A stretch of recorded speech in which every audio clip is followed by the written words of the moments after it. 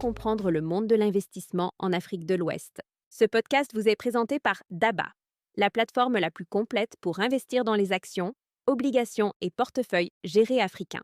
Vous pouvez télécharger l'application DABA sur vos stores Google et Apple préférés.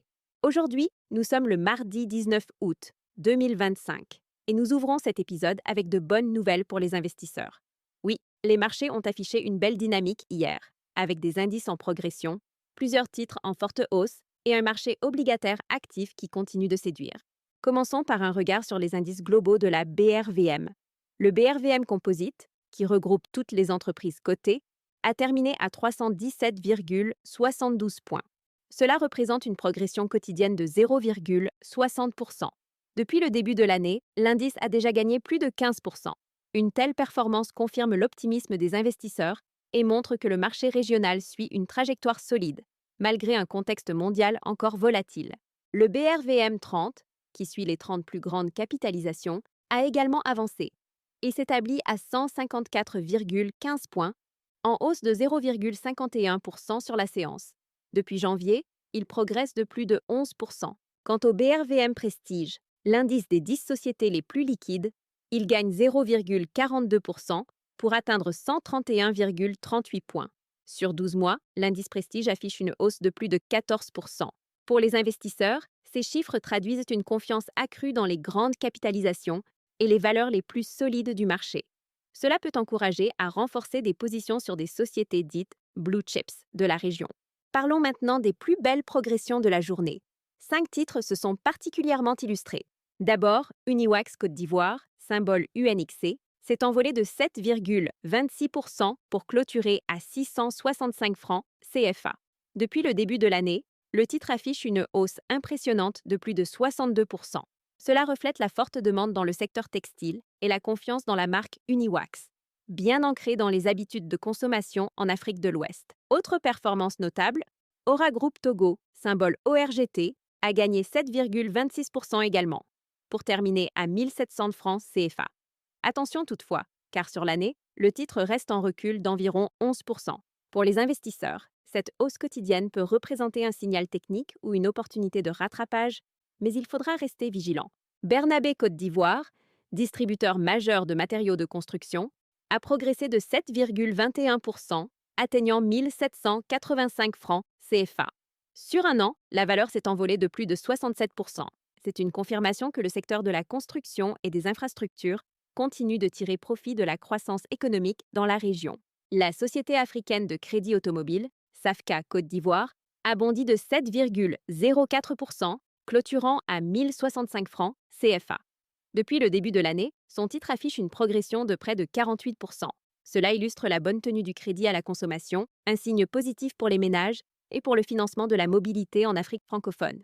Enfin, Sucre Ivoire, symbole SCRC, a grimpé de 6,76% pour terminer à 1105 francs CFA.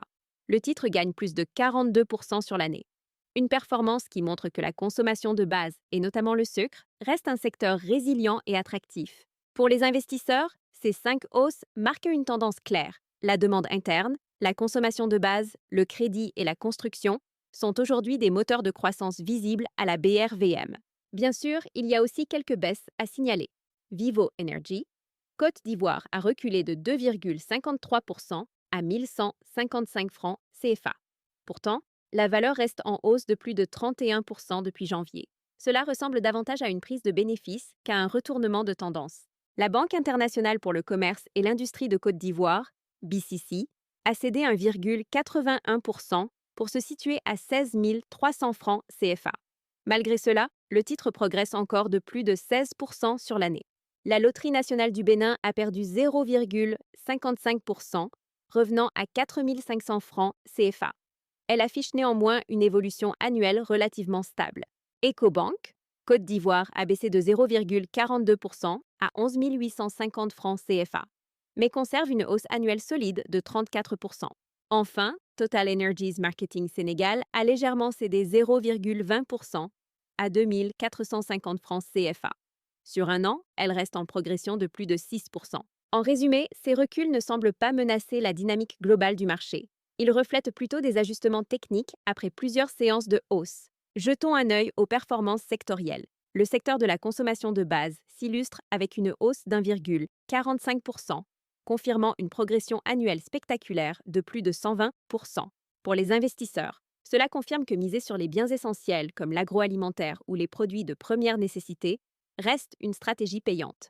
Le secteur industriel gagne 0,65% pour une progression annuelle de 40%. Cela reflète l'expansion des activités manufacturières et de transformation en Afrique de l'Ouest. Les services financiers avancent de 0,35%. Leur performance annuelle dépasse 21%, preuve que le crédit et les services bancaires restent des piliers de croissance dans la région.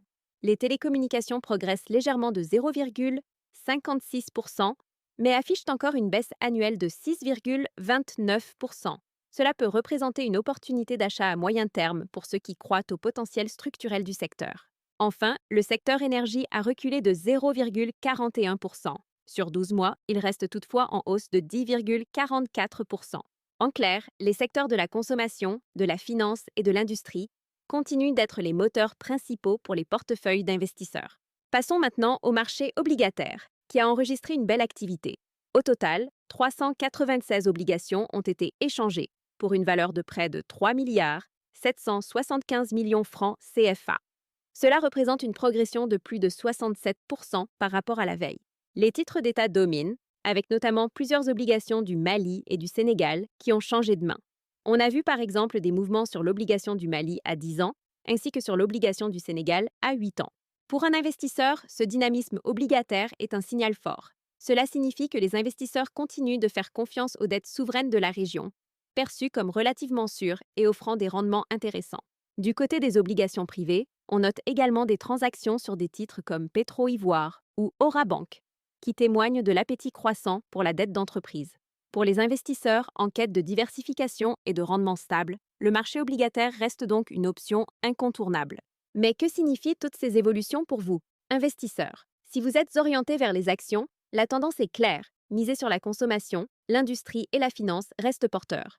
Les gains d'Uniwax, de Bernabé ou de Safka traduisent une dynamique positive dans des secteurs liés à la demande intérieure et au crédit. Si vous êtes plus prudent et que vous privilégiez la sécurité, les obligations d'État, qu'elles soient à 8 ans ou à 10 ans, restent très actives et offrent des rendements réguliers. Et pour ceux qui cherchent un juste milieu, certaines obligations privées comme celles de Petro-Ivoire ou Orabank permettent de diversifier tout en restant ancrées dans l'économie réelle. En résumé, la séance du 19 août confirme que la BRVM continue d'offrir des opportunités variées et attractives, tant sur les actions que sur les obligations. Et si vous souhaitez aller plus loin, n'oubliez pas DABA Pro. Avec DABA Pro, vous recevez chaque semaine des recommandations ciblées, des analyses exclusives de titres et vous bénéficiez de frais réduits pour investir. C'est l'outil incontournable pour ceux qui veulent non seulement suivre les marchés, mais surtout les devancer. C'est tout pour cet épisode. Merci d'avoir écouté le podcast Parlons Marché. On se retrouve demain pour un nouveau résumé. Si cet épisode vous a plu, laissez-nous une note, abonnez-vous et partagez autour de vous. Petit rappel, ces informations sont à but éducatif uniquement. Faites toujours vos propres recherches ou consultez un conseiller financier avant toute décision d'investissement.